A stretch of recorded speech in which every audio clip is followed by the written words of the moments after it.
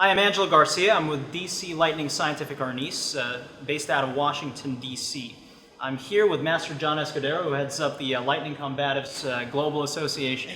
And we're also joined here by Guru Andy Wilson, who has been gracious enough to invite us to MKG Seattle, his school, where he's hosting us for a seminar and for the shooting of this video. On my left is Brando Marasigan, who heads up the Lightning Combatives group in Abbotsford, British Columbia, Canada. And together we'll be discussing the methodologies, the principles, and the mindset behind the Lightning Combatives approach to studying Lightning Scientific Arnis. We'll also be demonstrating a number of techniques, specifically the Bigay Tama drill, which is known as the flagship exercise and sort of the laboratory where we drill the different techniques in Lightning Scientific Arnis.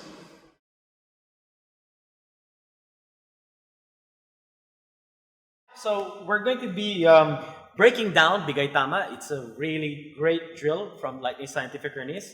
It's a very interactive drill, and the whole point of this is to work off each other's interactions.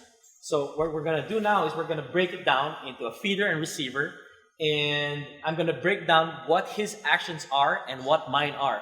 What stimuli is he responding to? He will start from a long distance position, and as I feed, I'm going to feed stimulus on his side. So what's happening here is he's going to move, because we have three rules. He's going to move away from this danger, and then he's going to put something between him and the danger, which is that stick, and return that pressure on my center line. This keeps us both honest. Okay, that way we're playing off of each other's energy, off of each other's interactions and reactions. So one angle, I'm going to feed an angle one right down here, and he's going to move offline and deflect it and counterattack on my center line.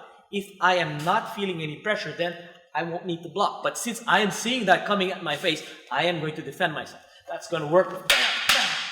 That's how it's going to work. I can change my block to the other side. That way it's more dynamic for me. Since he's using one stick, he's forced to play with one motion. So we're going bam, bam, and let's rewind it again, please. And we go bam, bam. So I did forehand and backhand. Suddenly, there are two things he can play with. We're gonna do the same technique from the backhand. So from here, again, he's gonna step offline and away from the danger and come back at my face. So while doing this, again, it's almost like the same drill, but on the opposite side. So he's going in, and I go in.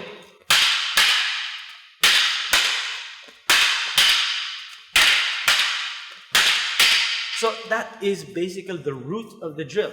That kind of energy, passing it back and forth. What makes it interesting is that we can vary it. If you've seen the other videos of Bigay Tama, you will notice that I can feed forehands, backhand, high line, low line, down the center line. We have variations of stick and knife, double sticks, and this is what makes it an interesting laboratory.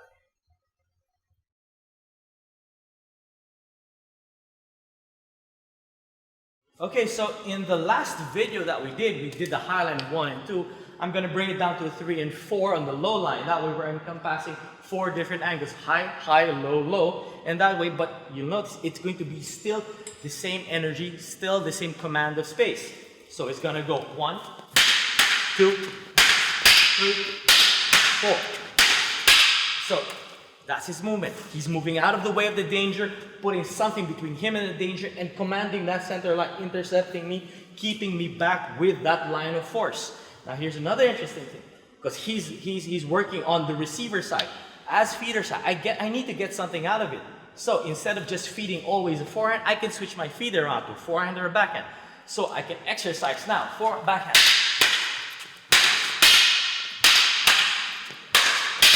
So this way, I am now playing with my variations, any other options that I have to substitute. That way I don't go sterile.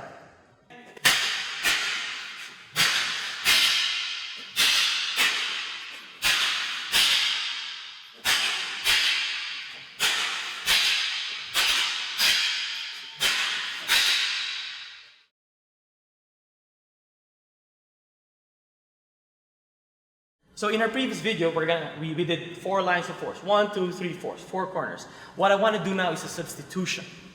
This makes it interesting because he's never going to get the same attack always the same time, right? So if he's in a forehand position, instead of coming in with my diagonal, I can substitute that with a thrust of the chest. So, you know, what's the difference? Nothing. All he needs to do is slam it down and come back, and it's still the same strike. So if you go back from 1, I'll go full. We'll go 1, 2, 3, 4, substitution, 5. So that way, suddenly you're expanding your horizons and seeing a different form of attack, but at the same time, you know, you're realizing it's pretty much the same motion. So no confusion there. Decide quickly, go.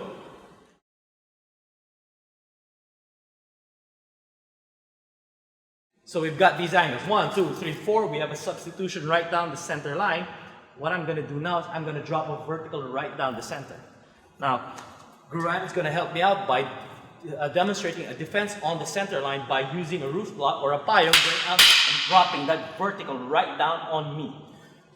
Where my block is, that's where my head would have been if I was not prepared. Or if I was sleeping, not paying attention, that's where it would have been. So that's where this goes. Okay, so we're going to connect that to the whole set of the drill that we've done. What that does, it adds that variety of center line control, center pressure on him, plus it keeps me honest because I need to be on my toes. So when I go through the whole set and I go 1, 2, 3, 4, 5, bam, bam, boom, bam. It keeps the drill alive, active, responsive.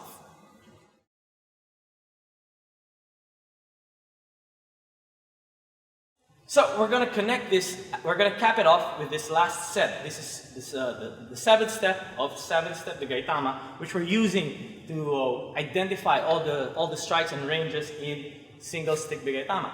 So it's a strike against this knee. Now normally if the knee is open and he's coming from an open position, all he needs to do when the strike comes on this angle is to step out and counterattack the knee. But you may not be so lucky. So if I catch you on a inside position here, and I swing on the inside, this is where a floating block becomes handy, right? And as the step comes in, do you notice how my head is exposed? Now, from this position, I wanted to swing a diagonal down and another diagonal down, using this as an opportunity for a double strike, because my head is exposed in that position. So when he defends here, bam, he goes bam, bam. This is his opportunity. We're going again. Just like that. So now we're going to connect it. 7 steps. Let's try it again. We're going to go 1, 2, 3, 4, 5, 6. Here we go. 7. Bam, bam. Right.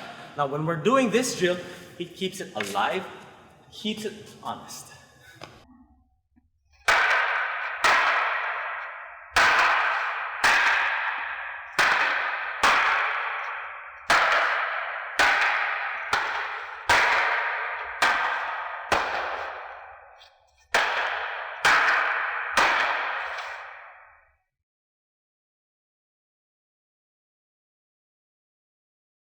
Okay, so here we go again, but this time we're changing roles. I'm going to be the receiver. And it's because I just want to point out little things on the receiver side.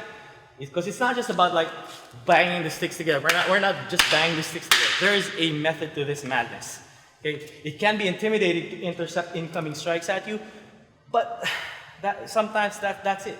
Sometimes you got to do something. You got to do something. So what's the context? When he swings his strike to me here, I'm not just bumping it or banging it, no. This is basically attacking that attack. As that swings, I'm going down. If you notice my angle, I'm going down. It's coming in, boom! I'm coming right down here. I'm not trying to bump it, no. I'm smacking it down, creating this line of force right there to the face, opening that up. So when that comes down here, I'm going bam, bam! And that happens same on the other side.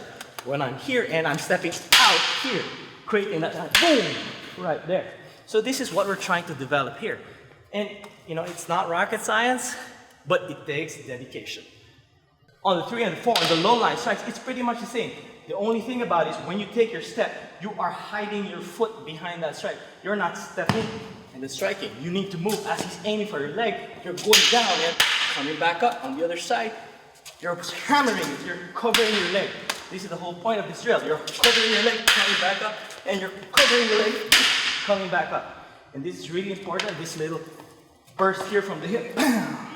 Because if you're hitting just this way, you're not going to hit your target. So if we go 1, 2, 3, 4, we're going bang, bang, bang, bang. You're working your full body with full execution, with full intent, proper attributes. So this time let's try it again from this angle. So when it feeds,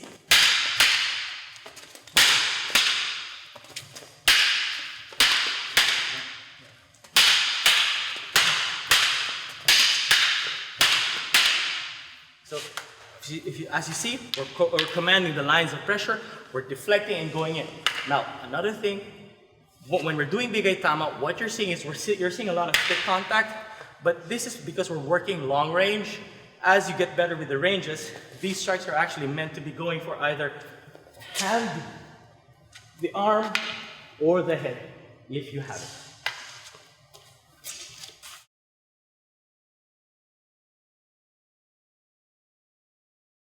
This time, from the feeder side, we're going to look at that substitution, that thrust. You'll notice it's the same angle. Okay, he's coming from my chest. Bam! It's the same angle. So what you're seeing is that, it's just a substitution from the initial attack. From the strike number 1, it's the same angle. So we'll feed it in from 1 to 5. We're going to go.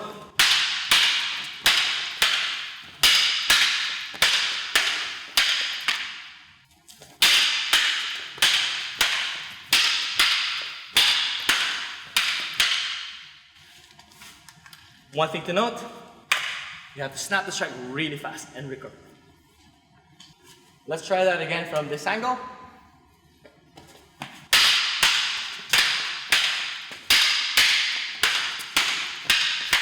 So this time we're going to isolate that vertical. It's going to drop a vertical down on my head and I'm going to roof block it. Now I'm going to stay far, I'm going to stay within largo range, step out and counterattack with my diagonal towards his head. This is where his head would have been if he was not ready. So we're going to try that vertical. One more. And from the top.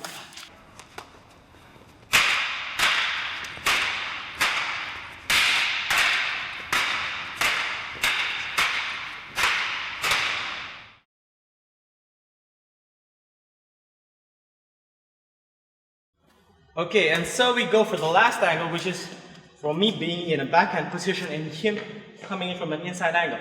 Okay, so he's coming in from here, which if I was over here, I could easily just step out and block, but I'm not. I'm stuck here. I have no time to swing it out and hit it. So what I'm going to do is when he swings, I swing my foot out, note my step. When I step, my stick swings and swings. I have a double tap right here. It's loaded because of my footwork. So we're going to go, bam, bam, bam, and that's where we're going. And again, here we go. This is an interesting block because what we're doing is we're playing off the stick, playing off the block.